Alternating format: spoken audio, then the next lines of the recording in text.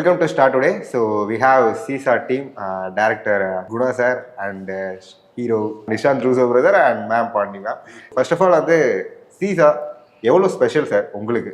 இல்லை, எனக்கு வந்து இந்த படம் வந்து ஒரு சேலஞ்சிங்கான படம். எப்பயுமே ஒரு இந்த சீசான்னு சொன்னால் ஒரு மைண்டில் ரிமைண்ட் ஆகிற மாதிரி இந்த படத்தில் ஒரு நிறைய விஷயங்கள் பண்ணியிருக்கேன். ஸோ எனக்கு அது எப்பயுமே மைண்டில் இருந்துக்கிட்டே இருக்கும். ஸோ இந்த படமே எனக்கு ஒரு சேலஞ்சிங்கான படம். அண்ட் சார், உங்ககிட்ட ஒரு கொஸ்டின் ஆரம்பிக்கணும்னு நினைக்கிறேன். ஃபர்ஸ்ட் ஆஃப் ஆல் வந்து ஒரு த்ரில்லர் சப்ஜெக்ட் அப்படின்னாவே ஒரு ரெட் ஹேரிங் அப்படிங்கிற ஒரு எலமெண்ட் இருக்கும். இந்த எலமெண்ட் வந்து பார்த்தீங்கன்னா கடைசி வரைக்குமே யார் அப்படிங்கிறத நமக்கு தெரியாமல் கொண்டே போவாங்க. ஸோ இந்த மாதிரி நீங்கள் இந்த சப்ஜெக்ட்டுக்கு என்னென்ன இன்புட்ஸ் ஃபர்ஸ்ட் போட்டுக்கிட்டீங்க அண்ட் எந்த மாதிரி படமாக வரணும்னு நீங்கள் நினச்சிங்க? இந்த மாதிரி படமாக தான் வரணும்னு நினச்சேன். அதான் நீங்கள் அந்த ட்விஸ்ட்டை வந்து கரெக்டாக செய்யணும்னு நினச்சேன். கரெக்டாக இருக்கணும், அந்த ப்ரெடிக்ட் பண்ணிக்கிற மாதிரி இருக்கக்கூடாது. கடைசி வரைக்கும் ஆடியன்ஸை ஒரு எதிர்பார்ப்போட கூட்டிகிட்டு போகணும். விடை வந்து அவங்கள வந்து திருப்திப்படுத்துகிற மாதிரி இருக்கணும். அதே சமயத்தில் அவங்களுக்கு ஒரு ஒரு நல்ல ஒரு மெசேஜ் சொல்லி அனுப்பணும். இது பொதுவாக வந்து ஒரு நல்ல படமாக அவங்க ஃபீல் பண்ணணுங்கிறதுல ரொம்ப கவனமாக இருந்தேன். அதை நோக்கிய திரைக்கதை தான் இது. ஓகேண்ணா. அண்ட் இப்போது பைபாலர் டிசார்டர் அப்படிங்கும்போது நம்ம தமிழ் சினிமாவில் இந்த மாதிரி ஒரு சப்ஜெக்டில் நிறைய மூவிஸ் வந்திருக்கு. பட் இந்த சப்ஜெக்டில் என்ன டிஃப்ரெண்ட்டாக இருக்கும் நீங்கள் நினைக்கிறீங்க? வந்திருக்கு. நம்ம தனுஷ் சார் நடித்து 3 வந்திருக்கு. அஜித் சார் நடித்து நேர்கொண்ட பார்வைங்கிறதுல வந்திருக்கோம். அப்புறம் லட்சுமி ராமகிருஷ்ணன் மேடம் வந்து ஒரு படம் டைரக்ட் பண்ணாங்க. அதுலேயும் ஒரு ஃபீமேல் இருப்பாங்க. இப்போ அதுலேருந்து இது வந்து ஒரு மாறுபடும். இது ஏன்னு சொன்னாக்க அது வந்து ஒரு ஸ்கிரிப்ட் ரைட்டர் வந்து எழுதின ஒரு படம். கண்டிப்பாக அவங்களாம் நல்லா எழுதியிருப்பாங்க. அவங்களாம் ஆய்வு பண்ணி எழுதியிருப்பாங்க. இந்த கதை எழுதப்பட்டது வந்து எங்கள் ப்ரொடியூசர் வந்து ஒரு சைக்காட்டிஸ்ட் டாக்டர், மனநல மருத்துவர். அவர் வந்து நேரடியாக வந்து பார்த்த அனுபவங்களின் வாயிலாக கிடைச்ச உண்மைக்கு நெருக்கமான சம்பவங்களை கோர்த்து எழுதப்பட்ட கதை இது. அதனால வந்து மற்ற படங்களுக்கு இதுக்கும் கொஞ்சம் ரொம்பவே அழுத்தம் மாறி வரும். ஓகே, மேபி நேரில் பார்த்த விஷயங்களோட ட்ரூ இன்சிடென்ட்ஸ் தான் இருக்கும். கண்டிப்பாக. ஆமாம். ஓகே. அண்ட் மேம், எங்கள் எல்லாருமே தெரியும், ஹார்ட் பீட்டில் நாங்கள் எல்லாருமே உங்களை பார்த்துருக்கோம். பட் ஹார்ட் பீட் அப்புறம் சீசா அப்படிங்கிற இந்த படம் ஸ்பெஷலாக சூஸ் பண்ணுறதுக்கான காரணம் என்ன? இது ஹார்ட் பீட் நிறைய பண்ணுறதுக்கு முன்னாடி ஆரம்ப கட்டத்தில் நான் வந்து பண்ண படம் தான் சீசா. லைக் ஒரு நியர்லி 1.5 years பிஃபோர் பண்ண படம் தான் சீசா. ஸோ சீசா வந்து எனக்கு நான் சூஸ் பண்ணல, சீசா தான் என்ன சூஸ் பண்ணியிருக்காங்க. ஸோ வந்து இந்த கதை வந்து முழுக்க வந்து ஒரு க்ரைம் த்ரில்லர், கொஞ்சம் ஒரு சைக்காலஜிக்கல் க்ரைம் த்ரில்லர்ன்றனால வந்து படத்தை வந்து எப்போவுமே மக்கள் வந்து விறுவிறுப்பாக வச்சு கடைசி கிளைமேக்ஸ் வரைக்கும் விறுவிறுப்பாக கொண்டு போயிட்டுருக்க ஒரு கதை இது. ஸோ எனக்கு ரொம்ப பிடிச்சி எடுத்த கதை இது. அண்ட் சார், ட்ரைலர் பார்த்தேன். ட்ரைலரில் நான் கடவுள் ஆர்யா சார் மாதிரி டிஃப்ரெண்ட்டான போஸ்ட்லாம் பண்ணிட்டு இருக்கீங்க. ஸோ அது எனக்கு பார்க்கும்பொழுது ஏன்னா இவ்வளோ டிஃப்ரெண்ட்டாக இதை பண்ணிட்டு இருக்காங்க அப்படிங்கும்போது அந்த மாதிரி பர்டிகுலர் சீனுக்கு நீங்கள் எடுத்துக்கிட்ட இன்புட்ஸ் என்னது? இல்லை, மெயினான ப்ரொடியூசரோட ஹாஸ்பிட்டல் எல்லாம் போய் ஸ்டே பண்ணி அந்த விஷயங்களை அவங்ககிட்ட இருந்து அப்சர்வ் பண்ணேன். ரியலாகவே போய் 2 days ஸ்டே பண்ணேன் ப்ரொடியூசர் ஹாஸ்பிட்டலில் போயிட்டு. அந்த பேஷண்ட்ஸ் கூட ஃபுல் இன்ட்ராக்ட் பண்ணி ப்ரொடியூசரே சொன்னார், இந்த பேஷண்ட் பாரு, ஒரு 10 minutes நீ அவரே அப்சர்வ் பண்ண, அவன் என்ன பண்ணுறான்னு பாருங்க. அந்த மாதிரி ஒருத்தருக்கிட்டையும் ஒரு விஷயத்த போயிட்டு நான் அப்சர்வ் பண்ணி தான் நான் எடுத்துக்கிட்டேன். அதுதான் எனக்கு ரொம்ப ஹெல்ப் ஆச்சு. ஸோ அப்படி அதோட இன்புட் தான் 50%. மீதி 50% தான் என்னோட இம்ப்ரவைசேஷன், சில விஷயங்களை எப்படி பண்ணலாம் அப்படின்றது தான் மெயின். எனக்கு ஹெல்ப்பாக இருந்தது அந்த 2 days அவரோட ஹாஸ்பிட்டலில் போயிட்டு பேஷண்ட்ஸ் கூடயே இருந்தது தான் எனக்கு ரொம்ப ஹெல்ப்பாக இருந்துச்சு. அது ரொம்ப ஒரு டிஃப்ரெண்ட்டான எக்ஸ்பீரியன்ஸ். சில லேடியோட ரியாக்ஷன்ஸ்லாம் பார்த்ததுலாம் அவ்வளோ டிஃப்ரெண்ட்டாக இருந்துச்சு எனக்கு. பர்டிகுலர்லி நீங்கள் சொல்லும் பொழுது இவ்வளோ நிறைய விஷயங்கள் பார்த்தேன்னு சொல்கிறீங்க. ஸோ நீங்கள் அவங்கள்ட்ட இருந்து இன்ஸ்பயர் ஆகி எடுத்த விஷயங்கள் மட்டும்தான் ஃபுல்லாக நீங்களே சில ரிசர்ச்லாம் பண்ணி எடுத்துக்கிட்டதா? இல்லை, நான் அவங்ககிட்ட இருந்து எடுத்த விஷயங்கள் தான் 50%. என்னன்னா, நான் ரிசர்ச் வந்து பெருசாக ரொம்ப இன்டீப்பாலாம் ரிசர்ச் பண்ணலை. எனக்கு அண்ணன் வந்து இந்த சீன் இப்படி தான் பிரதர் வரணும்னு அப்படி நடிச்சு காமிச்சிட்டாரு. ஆமாம், சார் வந்து நடிச்சு காமிச்சோடனே எனக்கு வந்து அது ரொம்ப ஹெல்ப்ஃபுல்லாக இருந்துச்சு. அவர் ஏன்னா என்னோட ரொம்ப பெரிய நடிகர் சார். ஸோ அது எனக்கு ரொம்ப ஹெல்ப்பாக இருந்துச்சு. அதுதான் எனக்கு இந்த அவுட்புட்டை கொண்டு வரதுக்கு ஒரு மெயின் ஒரு சப்போர்ட்டாக இருந்த விஷயம்.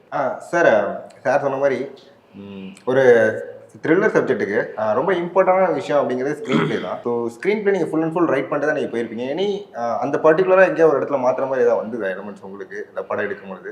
இல்லை, அப்படி ஒன்றும் மாற்றலை. பெருசாக பெரிய மாற்றங்கள் எதுவும் பண்ணிக்கல. த்ரூ அவுட் ஃபுல்லாகவே நீங்கள் எழுதுனது அப்படியே ஃபுல்லாக எடுத்திருக்கீங்க.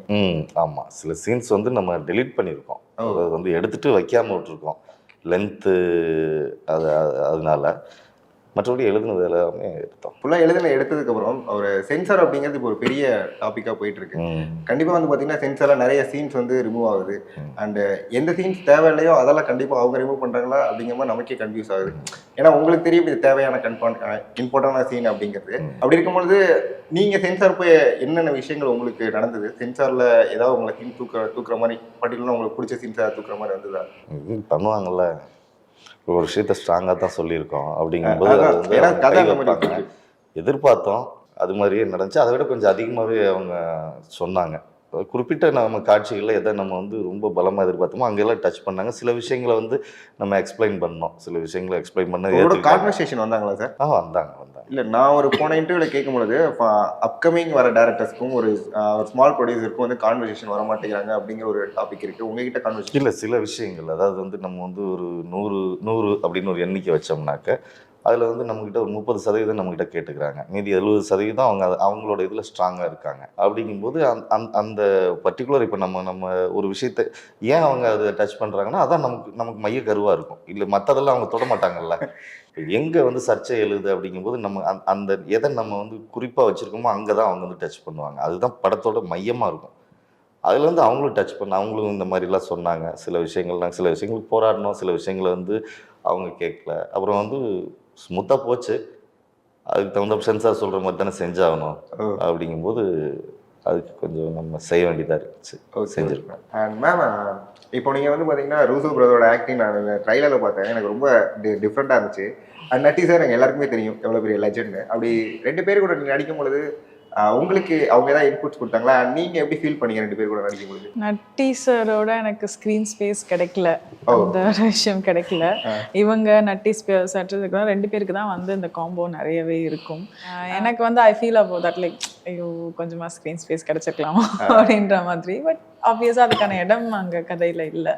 ஸோ வந்து நிஷாந்த் ரஸோட ஒர்க் பண்ண எக்ஸ்பீரியன்ஸ் பார்த்திங்கன்னா வந்து ஒரு நல்ல கோ ஆக்டர். இப்போ என்னை பொறுத்த வரைக்கும் I believe in such things like இப்போது ஒரு கோ ஆக்டரோட நம்ம நல்லா இன்ட்ராக்ட் பண்ணிக்கிட்டோன்னா பிஃபோர் த சீன்ஸ், ஸோ அது வந்து அந்த சீன் டெவலப்மெண்ட்க்கு நல்ல யூஸ் ஆகும். இப்போது டைரக்டர் சார் வந்து ஒரு ப்ளே பண்ணி காமிச்சிடுவார். அந்த பிளேயில் உங்களோட அந்த பிளேவை தடுக்காமல் உங்களோட ஒரு இன்புட்டை என்ன வந்து நீங்கள் போட்டுக்கங்க அப்படின்ற ஒரு ஃப்ரீடம் அவர் கொடுத்துருவார். ஸோ அதில் வந்து எங்கள் 2 பேரோட இன்புட்ஸ் எவ்வளோ எங்களால் தெளிக்க முடியுமோ அங்கங்கே கொஞ்சம் தெளிச்சிருக்கோம். அது வரைக்கும் இவர் என்னை பொறுத்த வரைக்கும் என்னன்னா இவர் வேற மாதிரி பண்ணிட்டே இருப்பாரு. ஒரு சீன்ல எல்லா சீன்லையுமே அந்த மாதிரி பண்ணிட்டு இருப்பாரு. அப்படி பண்ணும்போது என்னால் அவரை இன்டரப்ட் மட்டும் பண்ணக்கூடாது அப்படின்றதான் என் மைண்ட்ல இருக்கும். நான் ஏதாவது ஒன்று பண்ண போக அது அவருக்கு வந்து அந்த இடத்துல ஒரு டிஸ்ட்ராக்ஷனாக இருந்துடக்கூடாது, அவருக்கு சப்போர்ட்டிவா நம்ம கொண்டு போகணும் அப்படின்றதான் என் மைண்ட்ல எப்பவுமே இருக்கும். அதுக்கேற்ற மாதிரி நாங்கள் பேசி வச்சு அந்த மாதிரிலாம் பண்ணியிருக்கோம். ஸோ அது வரைக்கும் ஒரு நீங்க சொல்லும் பொழுது எனக்கு சார் எப்படிலாம் நடிச்சிருப்பாங்க அப்படிங்கிற மாதிரி தாட் பாருங்க, படம் பாருங்க கண்டிப்பாண்ணா. அண்ட் இப்போ நீங்கள் ஒரு 4 மூவிஸ் பண்ணியிருக்கீங்க. கண்டிப்பாக இவ்வளோ மூவிஸ் பண்ணும்பொழுது நம்ம ஒரு அப்கமிங்காக வரும் நம்மளோட இப்போ நீங்கள் பைபாலர் டிசைட் அப்படிங்கும்பொழுது ஆடியன்ஸ்க்கு நம்மளோட இது ப்ராஜெக்ட் இப்படி நம்ம ப்ராஜெக்ட் ஆயிடுவோம் அப்படிங்கிற ஏதாவது ஃபீல்ஸ் இருக்கா? இல்லை எனக்குமே ஒரு அப்கமிங் ஹீரோஸ் வந்து பெருசாக எதிர்பார்க்குற மூவிஸ் அப்படின்னு பார்த்தீங்கன்னா ரொமான்டிக் ஜானர்ஸ் அந்த மாதிரி ஒரு ஜானர்ஸாக எதிர்பார்த்துட்டு இருக்காங்க. நீங்கள் பட் இந்த மாதிரி ஒரு டிஃப்ரெண்ட் சப்ஜெக்ட் சூஸ் பண்ணிருக்கிற காரணம் இல்லை, எனக்கு அந்த கதையில் வந்து அந்த கதாபாத்திரம் வந்து ரொம்ப ஸ்ட்ராங்காக இருந்துச்சு. அதுதான் என்னோட மெயின் சூஸிங்க்கு உண்டான இந்த விஷயமே. ஸ்ட்ராங்காக இருந்துச்சு, டிஃபிகல்ட்டாக இருந்துச்சு. இதை எப்படி பண்ண முடியுன்ற கேள்வி எனக்குள்ளே இருந்துகிட்டே இருந்துச்சு. ஸோ அப்படின்றப்போ அப்போ நீ ஸ்ட்ராங்காக ஒரு ஆக்டருக்கு உண்டான ஆக்டராக ப்ரூவ் பண்ணுறதுக்கு உண்டான ஒரு நிறைய விஷயங்கள் இருந்ததுனால தான் அதை சூஸ் பண்ணதுக்கு மெயின் காரணம். ப்ளஸ் நட்டி சார், பாட்னி அவங்க எல்லாருமே ஒரு ஜாயினாக ஒரு டீமாக இருக்கும், ஓகே பண்ணலாம் அப்படின்ற ஒரு விஷயம் தான் எனக்கு தோணுது. மெயின் அதுதான். நான் வந்து இந்த கேரக்டராக நல்லா இருக்கும், இந்த இடத்துல நம்ம போய் உட்காந்துக்கணும், ஒரு கதை தான் இங்கே ஹீரோ, கதையில் போய் நம்ம போய் உள்ள பிளேஸ் ஆகிக்கணும் அப்படின்றத நினச்சி அதில் எனக்கு இது சாட்டிஸ்ஃபைடாக இருந்துச்சு. கண்டிப்பாண்ணா. அண்ட் சார் நட்டி சார் வந்து பார்த்தீங்கன்னா நாங்கள் போலீஸாக நிறைய ரோல்ஸில் பார்த்துருக்கோம்.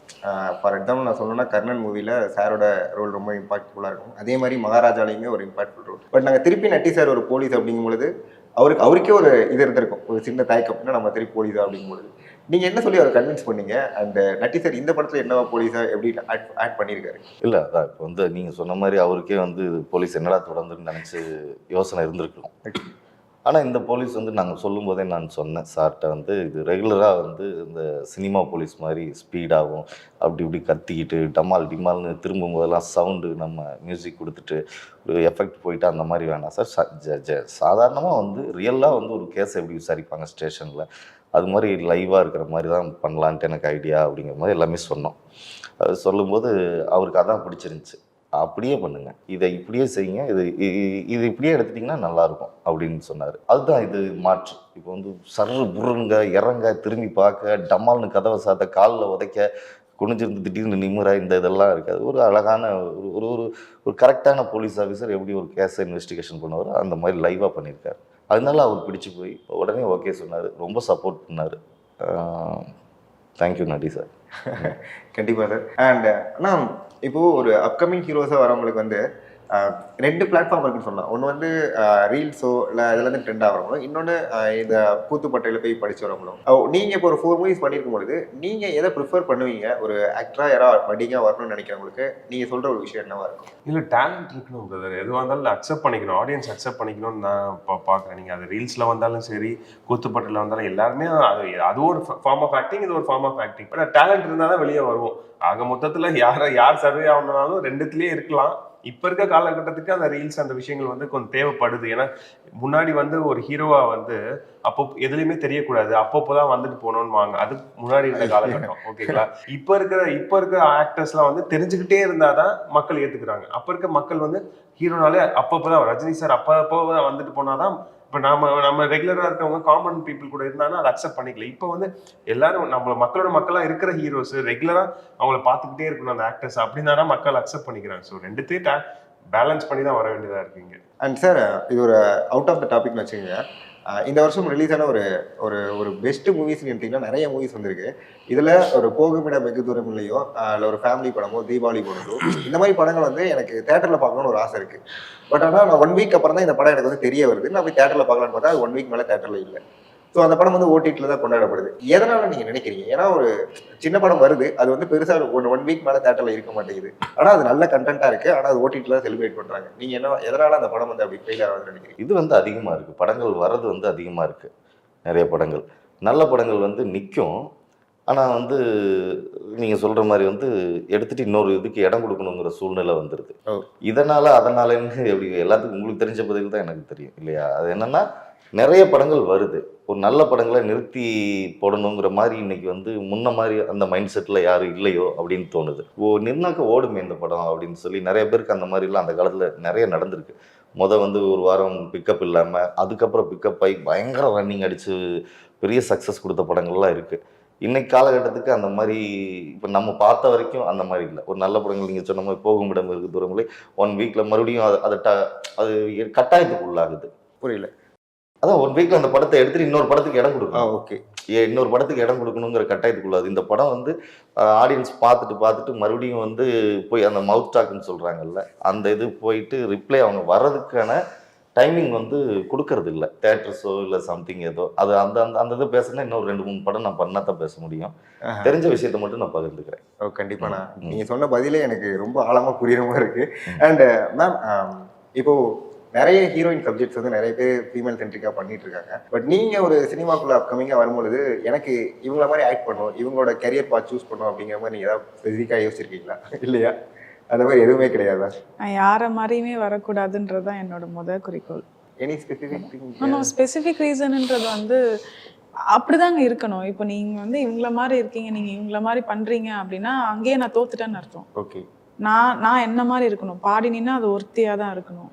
அது இவங்க தான் இவங்கள மாதிரி இவங்களோட ரெப்ளிகா இவங்களோட வழியில் போய் வரேன் அப்படின்னா அது அங்கேயே என்னோட தனி பாதையை நான் உருவாக்கணும் இல்லையா? அப்போ தானே நான் ஜெயிச்ச மாதிரி அர்த்தம். அதனால நான் யாரை மாதிரியும் வரணும்னுலாம் எதிர்பார்க்கல. கண்டிப்பாக. ஆனால் எனக்கு என்ன தோணுச்சுன்னா, ஒரு ஹீரோவாக இருக்காங்கன்னா அவங்க ஃபஸ்ட்டு நீங்கள் இப்போ ஃபார் எக்ஸாம்பிள் நீங்கள் ஒரு படத்துக்குள்ள நடிக்க வரங்கிற பொழுது அவங்க த்ரிஷாமா பிடிக்குன்னா அவங்களோட ரெப்ளிகா லைட்டாக அவங்களுக்குள்ள வரும்ல, மேபி அந்த மாதிரி ஏதோ நினைக்கிறேன். ஓகே, யார மாதிரியுமே நான் இருக்கக்கூடாதுன்றதான் அதான் சொல்லணும். யார மாதிரியுமே நான் இருக்கக்கூடாது. சினிமாவுக்கு வந்தப்போ நான் எடுத்த முதல் ரெசல்யூஷன், அதுக்கு முன்னாடியில இருந்தேங்க, நான் சின்னதாக ஒரு வீடியோ ஒரு ரீல்ஸ் போட்டால் கூட நான் யாரோட இதையுமே அந்த மாதிரி காப்பி பண்ணி போட மாட்டேன். எனக்கு எந்த ஒரு இதோட டயலாக்ஸையுமே சரி இந்த மாதிரி பண்ணி நான் காப்பி பண்ணி அவங்க டயலாக்ஸை பேசியிருப்பேன். ஆனால் அதை நான் எப்படி பேசினனோ அப்படிதான் பேசியிருப்பேனே தவிர அவங்கள மாதிரி பண்ணணும், அவங்கள மாதிரி நான் வந்து நல்லா இது பண்ணிட்டு அப்படி பண்ணணும்லாம் நான் இன்னைக்குமே என்னோட ஒரு எதில் எதே வேணாலும் எடுத்து பாருங்க, நான் எதுலையுமே அந்த மாதிரி பண்ணியிருக்க மாட்டேன். எனக்கு அது சுத்தமாக பிடிக்காத ஒரு விஷயம். அப்புறம் என்ன உங்களோட தனித்துவம் இருக்கு, நீங்க என்ன அதுல கொடுக்க போறீங்க? இப்போ டைரக்டர் வந்து ஸ்கிரீன் பிளே பண்றாங்க, நடிக்க சொல்றாங்க, எதுக்கு உங்களை செலக்ட் பண்றாங்க? நீங்க என்ன அவங்கள மாதிரி பண்ணணும்னா அப்படிலாம் இல்லை. உங்களோட தனித்துவத்தை நீங்க காமிங்க, அந்த கேரக்டரா நீங்க இருங்க, அவ்வளோ. அதுக்காக தான் நமக்கு அந்த கொடுக்குறாங்க இல்லையா? மற்றவங்கள மாதிரி இருக்கணுன்றதுக்காக நான் சம்பளம் வாங்கல. இல்லை, கண்டிப்பா நீங்க சொன்ன பதிலே ரொம்ப அழகா இருந்தது. அண்ட் சார், இப்போ நீங்களும் ப்ரொடியூசர் சாரும் வந்து அவரோட ஸ்டோரி நீங்க வந்து பில்ட் பண்ணிருக்கீங்க அப்படிங்கும் பொழுது எனி ஸ்பெசிஃபிக் ரீசன்ஸ் நீங்க 2 பேர் ஏதாவது கொலாப் பண்ணி ரைட் பண்ணீங்களா, இல்ல அவர் ஏதாவது உங்களுக்கு டிப்ஸ் ஏதாவது மேபி நிறைய ஏதாவது கொடுத்தாரா? இல்லை, நிறைய கொடுத்தாரு, டிப்ஸ் கொடுத்தாரு அவர். அப்புறமேட்டுக்கு அவர் எனக்கு இந்த பைப்போலார் டிசார்டருங்கிறது உங்களை மாதிரி நானும் படத்தில் தானே பார்த்துருக்கேன். ஓகே, படத்தில் தான் பார்த்தோம். அப்புறமேட்டுக்கு ஹாஸ்பிட்டலில் வந்து நம்ம வந்து நேரடியாக இப்போ பிரதர் எப்படி வந்து ஒரு டியூஷன் வந்தாரோ அது மாதிரி நான் வந்து ஒரு குறிப்பிட்ட மாதங்கள் இதெல்லாம் பற்றி அவர் சார் கூட இருந்து சார் சொன்ன விஷயங்களை எல்லாம் பார்த்து அந்த பேஷண்ட்ஸு அவங்களோட நடவடிக்கை இதெல்லாம் அப்சர்வ் பண்ணி பண்ணது தான். அவருக்கு நிறைய கைடன்ஸ் நிறைய கொடுத்துருக்காரு ப்ரொடியூசர். Okay sir. அண்ட் இந்த மாதிரி ஒரு ட்ரூ இன்ஸ்பிரேஷன்ஸ் நிறைய இந்த மூவிஸ்ல இருந்திருக்கும். இந்த மாதிரி படங்களுக்கு த்ரூ அவுட் வந்து நீங்க எது ரொம்ப ஹெல்ப்ஃபுல்லா இருக்கும்னு நினைக்கிறீங்க? ஏன்னா ஒரு இன்ஸ்பிரேஷன்ஸுங்கிறது இந்த படத்துல வந்து நிறைய பேரோட கேரக்டர்ஸ் நீங்க இந்த லைஃப்ல வந்து பார்த்துருப்பீங்க அந்த ஹாஸ்பிட்டல்ஸ்ல. ஸோ அதை நீங்க திருப்பி ரிட்டர்ன் பண்ணும்போது உங்களுக்கு ஏதாவது ஒரு ஸ்பெசிஃபிக்காக சேலஞ்ச் இருந்துச்சா ரிட்டர்ன்ல? எல்லாமே சேலஞ்ச் தான். ஓகே, முதல் படங்கிறதே உங்களுக்கு தெரியும், எல்லாமே சேலஞ்சாக தான் இருந்துச்சு. பர்டிகுலராக இது எழுதுறதே ஒரு சேலஞ்சு தானே பிரதர். நம்ம வந்து ஒரு விஷயத்தை வந்து நம்ம ரைட் பண்ணும்போதே வந்து அந்த கேரக்டராக தானே நம்ம எழுத முடியும். இப்போ ஒரு இவன் போகிறான் வரான்னு சும்மா வார்த்தையில் எழுத முடியாது. அதை உள்வாங்கி அவன் என்ன பண்ணுவான், எப்படி பண்ணுவான், என்ன யார் அவன், எங்கிட்டு திரும்புவான், எப்படியெல்லாம் அவனோட எண்ணங்கள் இருக்கும் இப்படிங்கிறத நம்ம உள்ளே வாங்கி அப்படித்தான் நம்ம எழுத முடியும். சும்மா அப்படி எழுத முடியாது, ஏபிசிடிங்கிற மாதிரி எழுத முடியாது. அப்படிங்கும்போது எல்லா விஷயங்களுமே எனக்கு ரொம்ப சேலஞ்சிங்காக இருந்துச்சு. பிரதருக்கும் அதே மாதிரி தான், அதே டஃப் இருந்திருக்கும். அவங்க கோ ஆர்டிஸ்ட்டை நம்ம பாடினியும் அவங்க சப்போர்ட் பண்ணி அந்த அளவுக்கு இந்த படத்தை எல்லாமே தாங்கி நின்றுருக்காங்க. எல்லாருக்குமே சேலஞ்சான விஷயம். கண்டிப்பாக சார். அண்ட் இந்த நியூ இயர், அதாவது நியூ இயருக்கு அடுத்த ஒரு 3 டேஸில் நம்ம படம் வருது அப்படிங்கும் பொழுது ஆடியன்ஸ் எதனால் வந்து இந்த படத்தை தேட்டரில் பார்க்கணும் அப்படிங்கிறத ஒவ்வொருத்தருமே கொஞ்சம் சொன்னால் எனக்கு நல்லாயிருக்கும். கண்டிப்பாக சார் கண்ண ஆரம்பிக்கலாம் சார். ஒரு நல்ல படம், எல்லாரும் சொல்கிற விஷயம் இது. இன்னைக்கு சமூகத்துக்கு தேவையான ஒரு விஷயத்த சொல்கிற படம், சரியாக பண்ணியிருக்கோம், எந்த விதத்துலையும் உங்களை ஏமாத்தாது. அதனால நீங்கள் இந்த படத்தை வந்து பார்க்கலாம். இப்போ கண்டிப்பாக சார். நீங்களா? ஒரு சோஷியல் மெசேஜ் உள்ள படமாக இருக்கும் இந்த படம். வந்து பார்த்துட்டு வெளியே வரவங்களுக்கு இந்த மாதிரி பைப்போலார் டிஸார்டரில் இருக்கிற பேஷண்ட்ஸை வந்து இப்படியும் இந்த மாதிரிலாம் ட்ரீட் பண்ணக்கூடாது, அவங்களை இப்படி ஹேண்டில் பண்ணணும் அப்படின்ற ஒரு விஷயம் ஒரு கன்வே ஆகும். ப்ளஸ் இப்போ இருக்கிற காலகட்டத்தில் ஒரு விஷயத்தில் வந்து நிறைய விஷயத்தில் யங்ஸ்டர்ஸ் 2K கிட்ஸ்லாம் அடிக்ட் ஆகி போயிட்டு இருக்க ஒரு விஷயத்த வந்து பாஸ் ஆன் பண்ணியிருக்கோம். அதுதான் முக்கியமான ஒரு விஷயமா இருக்கும் படத்தில். அது வந்து இப்படிலாம் நடந்துகிட்டு இருக்கு, இதை நம்ம அப்படியே ஒரு 10-11 பாட்டு அதை இது பண்ணி போயிட்டு இருக்கோம். நியூஸ் பேப்பரில் பார்த்து சரி ஓகே அப்படின்ற மாதிரி கேஷுவலாக போயிட்டு இருக்கோம். இதனால எவ்வளோ குடும்பங்கள் பாதிக்குது அப்படின்றது கனெக்ட் ஆகும் அந்த படத்தில். ஸோ அது பக்கத்தில் இந்த மாதிரி நிறைய விஷயங்கள் நடந்த விஷயங்கள் மக்களுக்கு வந்து ஓகே இதுதான் நம்ம வீட்டுக்கு பக்கத்து 2 வீடு 2 தெரு தள்ளி நடந்துச்சு அப்படின்ற மாதிரி விஷயம் கனெக்ட் ஆகும். ஃபீல் குட்டா இருக்கும் படம். கண்டிப்பா மேம். நீங்க இவங்க 2 பேரும் சொன்னதை தாண்டி நீங்க இதுக்கு முன்னாடி ஒரு விஷயம் சொல்லியிருந்தீங்க, இப்போ இருக்கிற ஜென்ரேஷன்ல லவ் ஃபிலிம்ஸ்லாம் கொஞ்சம் நிறைய எக்ஸ்பெக்ட் பண்றாங்க அப்படின்றது சொல்லி, அதையும் தாண்டி சைக்காலஜிக்கல் கிரைம் த்ரில்லருக்குன்னு சொல்லிட்டு ஒரு செட் ஆஃப் ஃபேன்ஸே இருப்பாங்க. ஸோ அவங்க எல்லாருக்குமே வந்து இது வந்து ஒரு நெக்ஸ்ட்னு சொல்லி ஒரு கண்டினியூஸாக கிளைமேக்ஸ் வரைக்கும் உங்களை ஒரு சீட்டோட நுனியில் உட்கார வைக்கிற அளவுக்கு ஒரு விஷுவல் ட்ரீட்டாக இருக்கும் அப்படின்ற மாதிரி நான் இந்த ஃபிலிம் நான் பார்க்குறேன். கண்டிப்பாக ஆடியன்ஸும் அதை தான் வந்து நம்புவாங்க. கண்டிப்பாக மேம். நீங்கள் 3 பேரும் பேசும்பொழுதே தெரியுது உங்களோட டீம் ஒர்க் எவ்வளோ இந்த படத்தில் நீங்கள் போட்டிருக்கீங்கிறது. ஸோ எனக்கு தெரிஞ்சு கண்டிப்பாக இந்த படத்தோட சக்ஸஸ் மீட்டை நம்ம எல்லாரும் திரும்பி மீட் பண்ணணும்னு நினைக்கிறேன். கண்டிப்பாக தேங்க்யூ. ரொம்ப நன்றி.